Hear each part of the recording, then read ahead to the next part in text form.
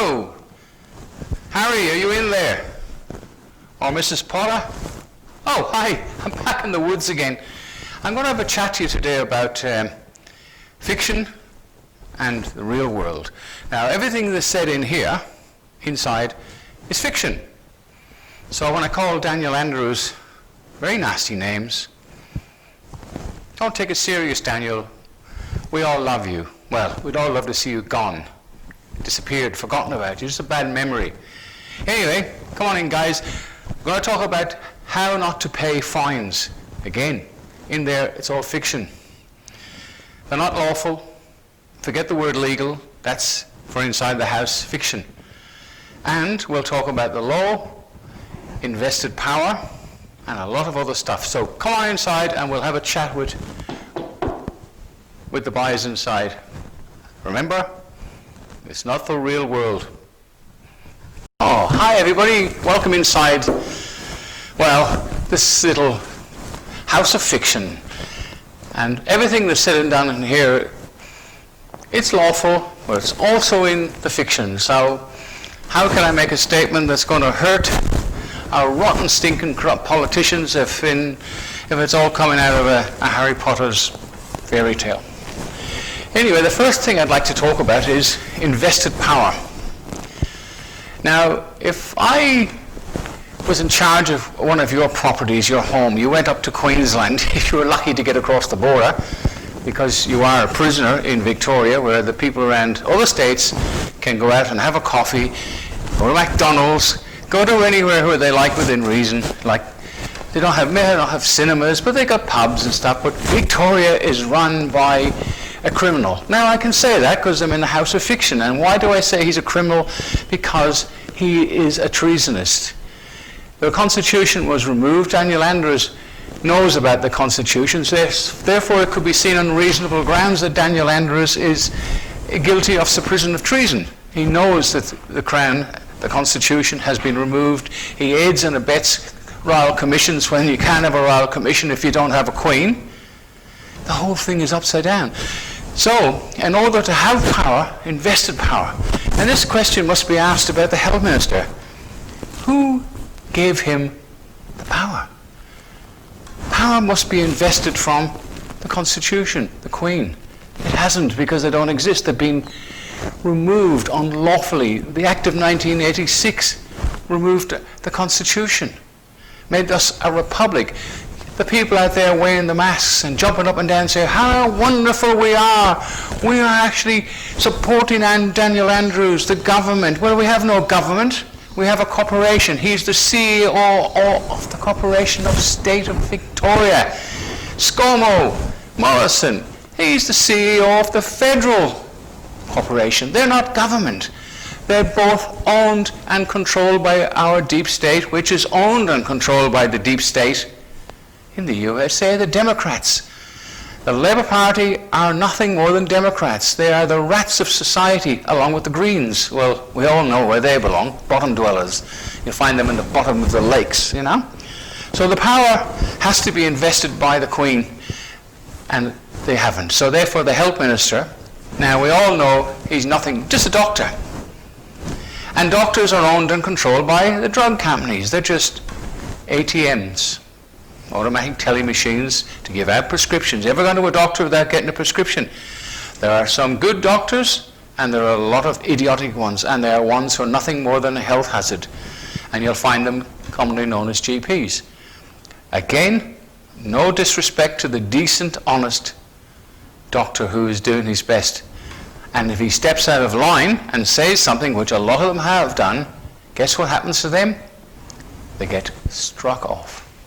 Great example, Dr. John Pesey helped a lot of people to avoid vaccinations on reasonable grounds.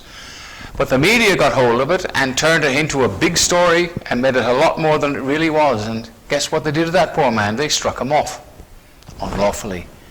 But thank God we have what's known as international common law, which these people will be ducking for cover, because the people in the end are the power. And until you realize that, get rid of your masks, There is no virus. Now, I shouldn't say this, but I can say it because it's fiction. I don't really believe it, so I'm in a house of fiction. The virus is nothing more than a political stunt created by the Democrats. They're burning their cities down. New York, California, all these states are all democratically controlled. And the last thing they want is Donald Trump back in power.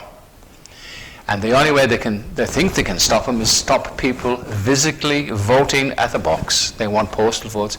But looking at today's news and looking at what's happening in the States, they haven't got a hope in hell. Donald Trump's gathering an enormous amount of people, and when he gets back in, people like Daniel Andrews and all the other ratbags will pay the penalty. He will go before a jury of his peers. That will happen, and it will happen in Melbourne in International Common Law Court. Now, don't look at me. I'm just a member of, I'm a man. I'm not a person. That's a dead deceased estate lay at this particular time. At now time, I'm not a person. Look at the consequences of us being a republic since 1986. Whitlam started this off, 1973. He got caught, got sacked. Bob Hawke being another lawyer. See, the Bar Association, these lawyers are bad news. Now, there are obviously good barristers out there. 99% of them are nothing more than foreign agents. Their allegiance is to a foreign power. And it's funny, the amazing thing is, you'll find them on royal commissions. And they have a little rose on their back, or something that looks like a rose on their back, walking around the streets of Melbourne in their penguin suits. And they call themselves QCs, Queen's Counsellors. For a while they didn't do that because they knew they were breaking the law. Now they got brazened because they're just another corporation. Now look what is corporations. Let's look at the state. Each state is a private corporation. The Justice Department is a private corporation. There are no separations of power. The Police Department are a private corporation. Now the police, the ordinary men and women in the street are not happy with this. But the police command, and I know a couple of them are decent blokes, they're worried about their pensions, so there's two sides to every argument. But guys, get together and arrest Daniel Andrews. You've heard it from people with better knowledge than I. You could put an end to all this corruption in a week. A constable, all police officers, policemen and women, I use the word officers because officers pertains to a corporation, which they are, but every policeman, every policewoman is a constable regardless of their rank. Now it goes back to Henry I. All constables have got discretion, the power of discretion. No member of the public can tell a constable to charge or not to charge any other man or woman. Even a person, they can't charge, they can't interfere. No member of the staff, whether of rank as the chief commissioner or, which he should be called, chief constable, cannot interfere with an individual constable's power. A lot of the young cops and perhaps some of the older police do not know that they have that discretionary powers and nobody can interfere with it. And making them authorized officers is a breach of the law. You cannot, a constable doesn't need any authorization if he acts under common law. All the acts they're asked to enforce are unlawful and in a breach of his common sense, decency. So the police command, they're the management. I mean, we've got seen some examples of absolutely disgusting behavior by them, and a lot of comments on Facebook and social media, and it's justified. It's sad. Now, the chief constable has been in the job since he was a kid. That's 40 years. And it's sad. He must have a conscience, Shane. Your men are breaking the law, and so are you. You know you're a corporation. You guys allowed this to happen. Stop it. You'll get the respect of the public. Just go and arrest these criminal politicians. You've got plenty of places to put them. And you earlier on, car washes. Now, I'd like to wash my car and take it in and drive it through because I'm basically too lazy to do anything about it. Anyway, in Victoria, they have actually closed all car washes. Now, a lot of car washes, you sit there, there's nobody else involved, you put your money in, it gets washed, or you can physically do it yourself. But in Victoria, here in Australia, Daniel Andrews, that treasonous head of the state corporation, has closed it down. Unbelievable, a car wash. You can't even wash your car. If it wasn't so annoying and serious, you go mad. Now, one thing we must never forget, the Labour Party have destroyed this country. Quick recap, 1973, Gough Whitlam, dead, thank God. Got trying to get rid of the Queen. The last real Governor-General got rid of him. And Whitlam says, may God save the Queen, but nothing will save the Governor-General. And since then, they've appointed a stoogie. In Perth at the moment, that's Western Australia, we have another Labour Party clown who, in his infinite wisdom, has decided he'd shut the whole state down. The Labour Party, they're rogue, completely gone rogue. Now, the federal government, of course, is our friend ScoMo Morrison. They're another corporation. They're owned and controlled by Washington, D.C., the Democrats. They've got no say. They're not really politicians. Alan Jones got stuck into them on Sky News and told the truth for the first time for a media. Now, Western Australia was the first state to get rid of Queen Elizabeth II, as in 1-1, not the second as in written. Got rid of the Queen. So they've been rogue for a long time. Now let's have a look at our friend in Queensland. Queensland was the first state to get rid of separation of powers. And this goes back a long time again to the bloody Labour Party again. Way back in 1922, the Labour Party decided that BS the people and tell them they didn't need an upper house, that they would take care of everything. And then they had the election and Labour Party won and they got rid of the upper house. So that went okay for a while. The Liberal Party decided, look, we'll do something about this. It's disgusting. 1922, 2020, they haven't done anything. They just live off the back of the Labour. If Labour does something stupid, get away with it, and unlawful, great, we'll use it down the track. Then a guy called Beattie came in, Western Australia, another Labour Party bright spark who should be charged with treason, corruption. There's a million charges, well, not a million, it's quite a lot. He came along and started up in Crown Land. He got rid of Crown Land and he called it the Bigelow Corporation. The Bigelow Corporation. And guess what? He made himself CEO of the Bigelow Corporation. Wonderful. Then he says, I own the police force. Turned them into, he controlled them. He made the courts private companies, got them out of the system, owned and controlled them, no separation of powers, can do what they like.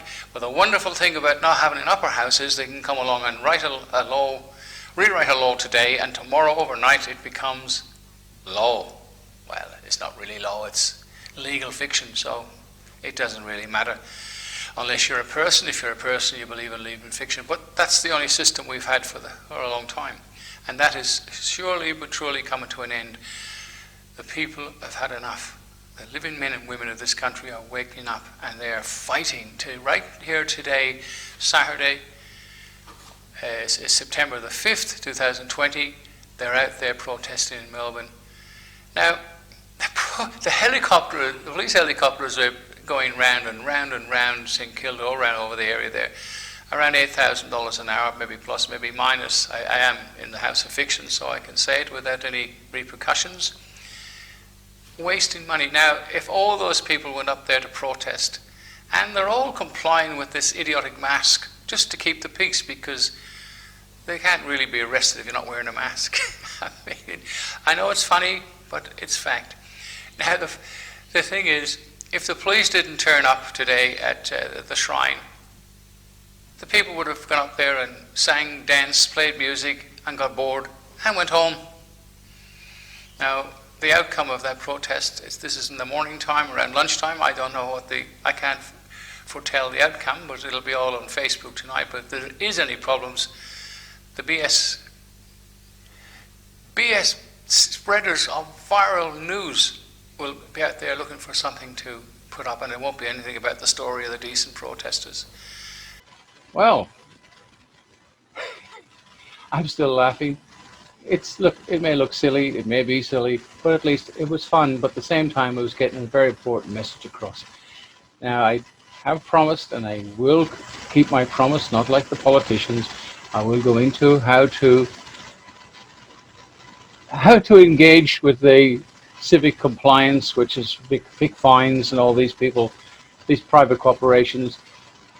You don't ignore them, because if you don't rebut it, it stands in law. So you have to rebut it. And I'm going to show you how to do that again, and probably in a little more detail. And the next video coming up will be with my son Dominic in the UK. He's going to give us an insight what the lockup means there compared to here in Victoria. Here in Victoria, we're how do you call it, involuntary prisoners.